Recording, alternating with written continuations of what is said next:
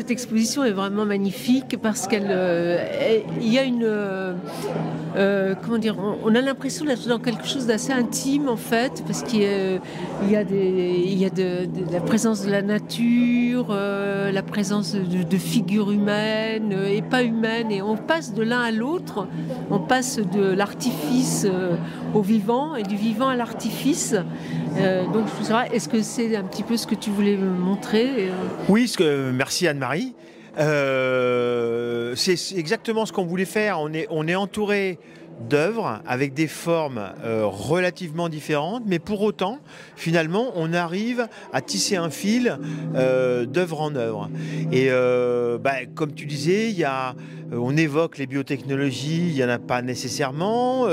On a des sculptures en plus qui sont résolument, qu'on a envie de toucher. On a des images qui sont résolument virtuelles. On a en face de nous l'idée d'un passage entre la matérialité de l'espace d'exposition et le virtuel de ce qui se passe dans l'écran.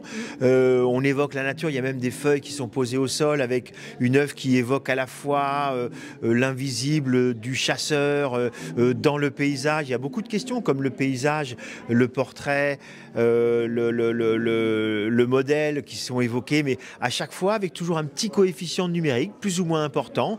Là, encore une fois, une autre sorte de paysage, des œuvres aussi qui sont alimentées de données et qui se construisent au fil du temps, qui font leur propre base de données.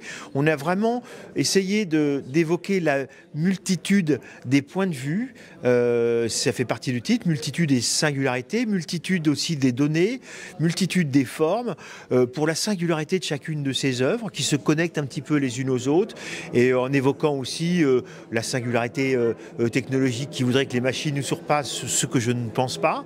Et là, on n'est pas... En tout cas, pas pour l'instant. Et tu le sais très bien aussi, puisque tu travailles sur ces questions-là depuis un petit moment. Et voilà, on est beaucoup plus... de mon point de vue, je pense qu'on est d'accord tous les deux sur l'idée de collaborer avec la machine, de collaborer avec l'application, de collaborer avec les données, de l'algorithme qui lui-même collabore finalement avec les données que nous lui fournissons. Et je dirais que c'est toutes et tous, incluant cette autre machinique, qu'on pense des expositions comme celle-là. Oui. Et il y a aussi cette idée que, enfin, on devient data.